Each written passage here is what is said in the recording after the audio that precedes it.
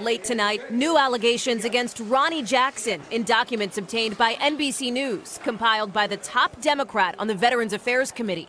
Senator John Tester says nearly 24 current and former colleagues, many still in uniform, claim Jackson recklessly prescribed drugs, sometimes without prescriptions, that he kept questionable records for controlled substances like Percocet, and that he drank on the job while traveling with the president, and one time wrecked a vehicle while intoxicated. We still have more work to do with the allegations that have been put forth in the claims, and more scrutiny on his ability to handle a budget as big as the VA's budget and the people under him. Jackson, in a brief interview with NBC News, denies any crash. No, I have not wrecked the car, so I can tell you that. He adds he wants to move forward with his nomination and has no idea where these allegations are coming from. He told President Trump the accusations are false and misleading, according to one White House official. Most of the allegations are sloppy paperwork or bad administrative practices.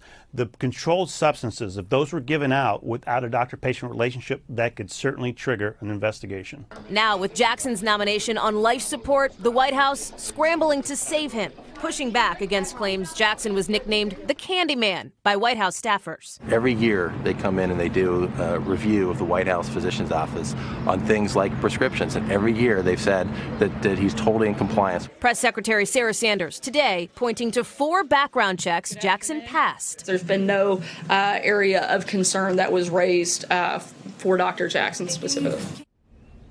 Also developing late tonight, news on a different front related to the legal battle between the president's longtime personal lawyer and the porn star who claims she had an affair with Donald Trump, which the White House has denied. We're learning now, based on new filings, that Michael Cohen says he will plead the Fifth in proceedings related to that Stormy Daniels case. Hey, NBC News fans, thanks for checking out our YouTube channel. Subscribe by clicking on that button down here, and click on any of the videos over here to watch the latest interviews, show highlights, and digital exclusives. Thanks for watching.